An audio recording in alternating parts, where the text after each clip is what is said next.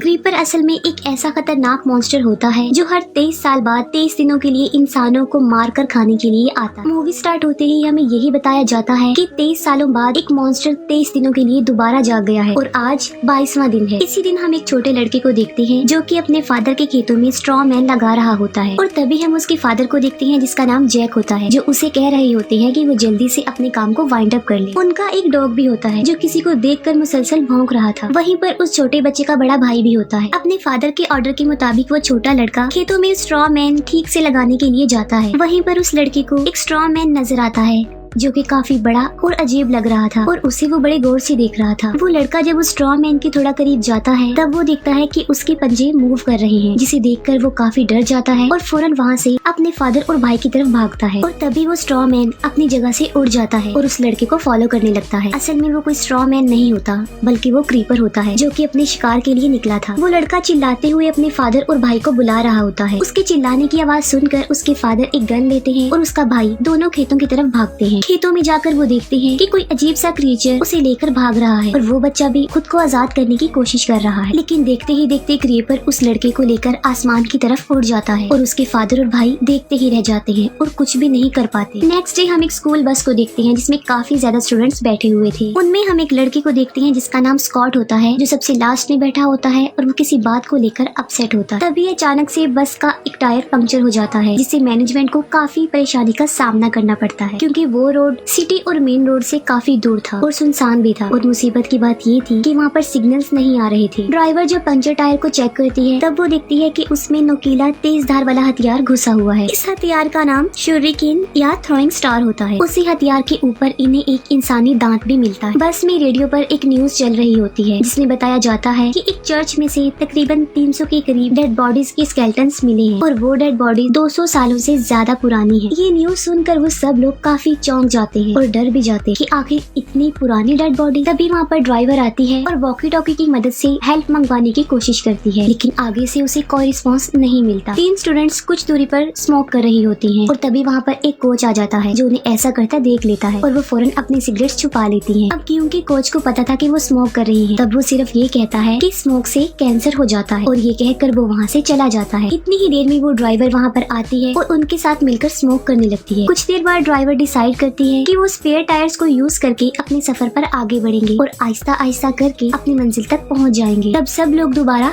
बस में आ जाते हैं और इसके बाद वो लोग वहाँ से निकल पड़ते हैं। दूसरी तरफ हम जैक को देखते हैं जो कि क्रीपर को मारने के लिए एक हथियार बना रहा होता क्योंकि वो अपने बेटे का बदला लेना चाहता था। जैसे ही रात होती है उन स्टूडेंट्स में एक लड़की मिंगसी एक ड्रीम देखने लगती है। अपने ड्रीम में वो एक लड़के को देखती है जो पार्ट 1 में भी दिखाया गया है। इसके बाद मिंगसी को जैक का बेटा भी दिखाया जाता है। वो मिंगसी को बता रहे होते हैं कि क्रीपर उनकी बस की तरफ आ रहा है। तब मिंगसी देखती है कि क्रीपर ने उनकी बस की तरफ एक और थ्रोइंग स्टार फेंका है और उस थ्रोइंग स्टार की वजह से एक और टायर पंक्चर हो जाता है। यहाँ पर ये बात काफी हैरान कर देने वाली है कि मिंगसी ने जब अपने ड्रीम में देखा कि क्रीपर ने उनकी बस की तरफ एक थ्रोइंग स्टार फेंका है तब असल में भी बस का एक टायर पंक्चर हो गया था। तब वो ड्राइवर सबको बस से बाहर जाने का ऑर्डर देती है ताकि कोच फ्लेयर जला सके और अपने लिए कोई मदद ला सके। सब लोग बस से बाहर आ जाते हैं और कोच फ्लेयर्स को जलाकर सड़क के ऊपर रख देते हैं ताकि कोई वहाँ से गुजरे तो उनकी हेल्प कर सके। जब वो ड्राइवर दूसरे पंचर टायर को देखती है तब वो देखती है कि उसमें एक और थ्रोइंग स्टार है जो पहले से भी ज्यादा अजीब था। इस बात को वो ड्राइवर एक कोच के साथ भी शेयर करती है। ये देखकर उन्हें काफी ताज्जुब होता और अब वो डर भी जाते हैं। तभी क्रीपर आता है और उस कोच को उठाकर ले जाता है जो सड़क पर फ्लेयर्स को फैला रहा था।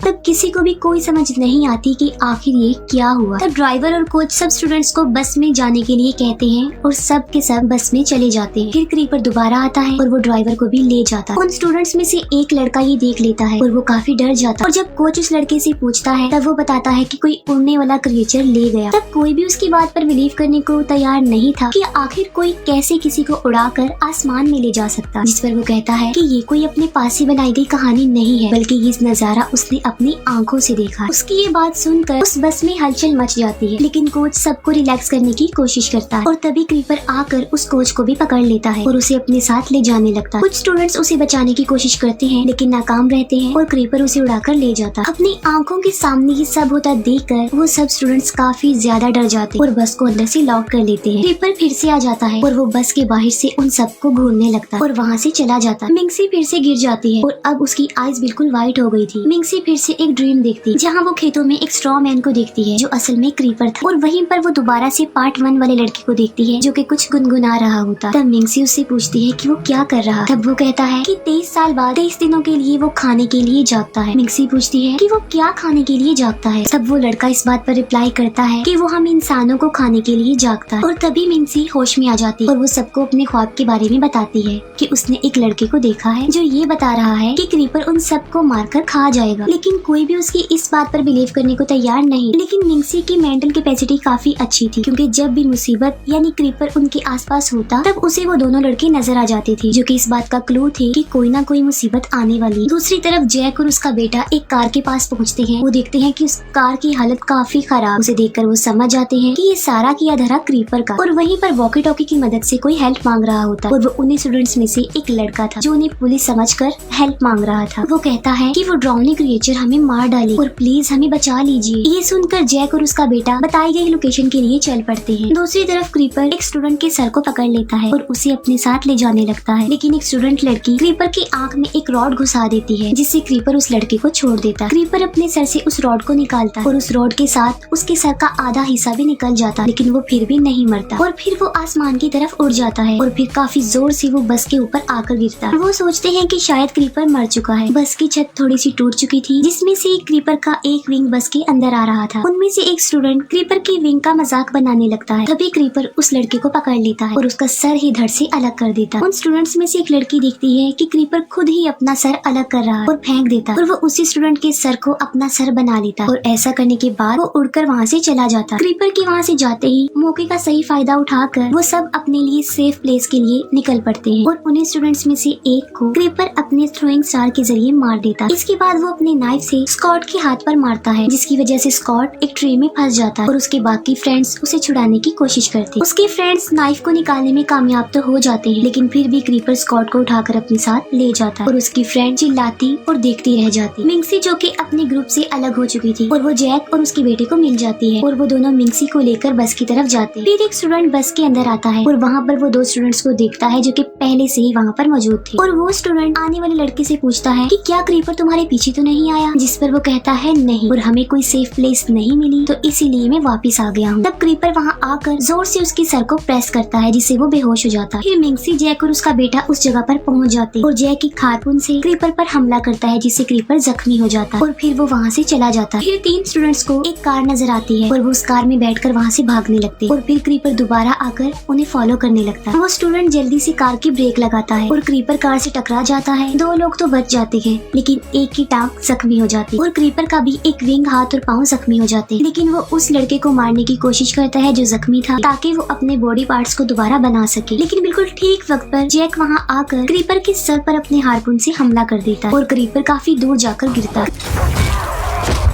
क्रीपर हारपून को अपने सर से निकालने की काफी कोशिश करता है। फिर जैक आकर काफी बार क्रीपर के ऊपर रॉड से वार करता है, क्योंकि वो अपने बेटे की मौत का बदला लेना चाहते थे। लेकिन इसके बावजूद भी क्रीपर मरता नहीं बल्कि सो जाता, क्योंकि आज 23वां दिन था और पूरे 23 दिन कंप्लीट हो गए थे। तब मिंगसी उन्हें बताती है कि 23 सालों बाद ये दोबारा उठ जाएगा और ये अभी तक मरा नहीं है। फिर हमें दोबारा 23 साल बाद का सीन दिखाया जाता है, जहाँ पर कुछ स्टूडेंट्स जैक के घर पर आते हैं क्रीपर को देखने के लिए, लेकिन वहाँ पर क्रीपर का सिर्फ स्केलेटन होता। तभी हम जैक को देखते हैं जो कि अब काफी बूढ़ा हो चुका था और 3 दिन बाद क्रीपर ने दोबारा जागना था और जैक उसका इंतजार कर रहा है कि जैसे ही क्रीपर दोबारा जिंदा होगा वो फिर से उसे अपने हारपून से मार डाले। और इसके साथ ही ये मूवी यहीं पर एंड हो जाती है।